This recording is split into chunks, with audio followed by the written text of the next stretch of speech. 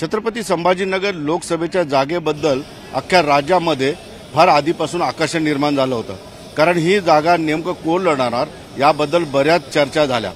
ही जागा भाजप लढवणार का शिंदे गटातर्फे ही जागा लढवली जाणार ही चर्चा होती। मात्र या चर्चेला पूर्णविराम मिळाला आणि संदीपान भुमरे यांच्या उमेदवारीला या ठिकाणी मान्यता मिळाली। आता शिंदे गटातर्फे ही जागा जी आहे संदीपान भुमरे लढवणार हे आता स्पष्ट झालेलं आहे। उमेदवारी स्पष्ट झालेली आहे, प्रचार कार्यालयाचं उद्घाटन झालंय, तरी संदीपान भुमरे यांच्या तणावात भर पडलेली काही कमी होताना दिसत नाही। नेमकी ही भर म्हणजे विनोद पाटील। कारण विनोद पाटील संदीपान भुमरे यांचं नाव जरी जाहीर झालं असलं तरी ते फडणवीसांना भेटले, त्यानंतर ते उदय सामंत यांना भेटले।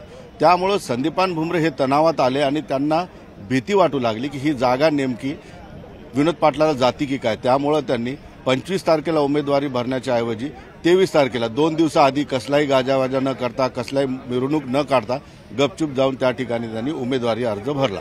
आता तिसरी महत्त्वाची गोष्ट अशी आहे की सेना भाजप युती आहे आणि सेनेच्या संदीपान भुमरे यांना तिकीट जाहीर होताच युती धर्म पाळत डॉक्टर भागवत कराड यांनी आपली उमेदवारी मागे घेतली।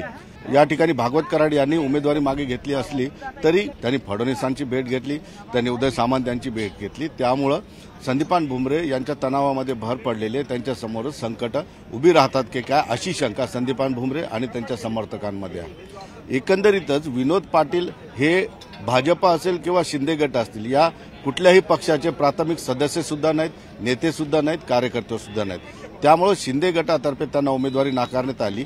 कारण त्यांच्या पक्षाचे संदीपान भुमरे यांना डावलून त्यांच्या पक्षाचे नसलेले विनोद पाटील यांना या ठिकाणी उमेदवारी देणं म्हणजे छत्रपती संभाजीनगर जिल्ह्यातील शिवसेना असेल भाजप असेल या कार्यकर्त्यांचा रोष ओढावून घेणं अशा पद्धतीची भूमिका मुख्यमंत्र्याची असावी, म्हणून संदीपान भुमरे यांना त्या ठिकाणी जी आहे उमेदवारी देण्यात आलेली। आता महत्त्वाची गोष्ट अशी आहे की संदीपान भुमरे हे शिंदे गटाचे उमेदवार झालेले आहेत। मग आता विनोद पाटील ऐकायला तयार नाही, तर विनोद पाटलांची नाराजी शिंदे गट किंवा महायुतीला काय नुकसान पोहोचू शकते का याकडनं सुद्धा बघणं फार गरजेचं आहे। कारण विनोद पाटील अजूनही माघार घ्यायला तयार नाहीत। आज संध्याकाळी त्यांची मुख्यमंत्र्यांसोबत भेट आहे, त्यामध्ये मुख्यमंत्री त्यांची समज काढतील की नाही याबद्दलचं सुद्धा शंका आहे।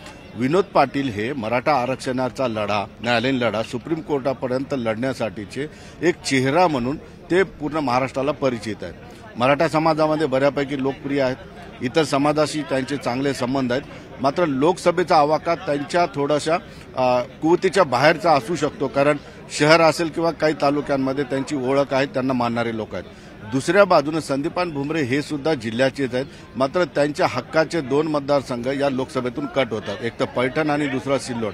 पैठण सिल्लोड हे जालन्यामध्ये समाविष्ट झाल्यामुळे हे 2 हक्काचे मतदार आणि मतदारसंघ संदीपान भुमरेच्या हातात आहेत। मात्र संदीपान भुमरे पालकमंत्री म्हणून गेल्या वर्षभरापासून जिल्हाभर काम करतात। अनेकांना त्यांनी योजना दिल्या, अनेकांना त्यांनी योजनेच्या मार्फत पैसा दिला, विहिरी असतील किंवा पाणंद रस्ते असतील, ग्रामीण भागात जे जे लागणारी विकासाची कामं आहेत त्यांनी भरपूर त्या ठिकाणी केलेले, त्यामुळे त्यांची सुद्धा त्या ठिकाणी जमेची बाजू आहे। संदीपान भुमरे शिंदे गटामध्ये ज्यावेळेस फूट झाली, शिवसेनेमध्ये फूट झाली, त्यावेळेस शिंदे गटासोबत जवळपास 5 आमदार या जिल्ह्यातून एकमेव मोठी संख्या शिंदे साहेबांसोबत गेलेले।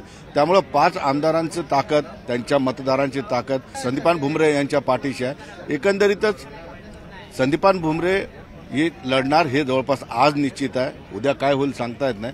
मात्र पक्षाचे पालकमंत्री या जिल्ह्याचे, पक्षाचे जुने कार्यकर्ते यांना डावलून विनोद पाटील जे पक्षाचे नाहीत यांना उमेदवारी देतील अशी शंका थोडीशी दुसरी या ठिकाणी आहे। मात्र विनोद पाटलाचे जर समजा या ठिकाणी समजूत नाही काढली गेली किंवा त्यांना शांतपणे बसवलं गेलं नाही तर शेवटच्या क्षणापर्यंत संदीपान भुमरे यांच्या प्रचार कार्यालय असेल किंवा सगळ्या गोष्टींमध्ये त्यांना तणावाखाली जावं लागेल।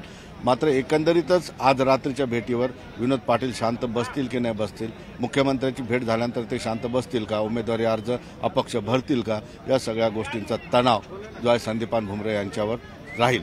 सुधीर जाधवसह सिद्धार्थ गोदाम, न्यूज 18 लोकमत, छत्रपती संभाजीनगर।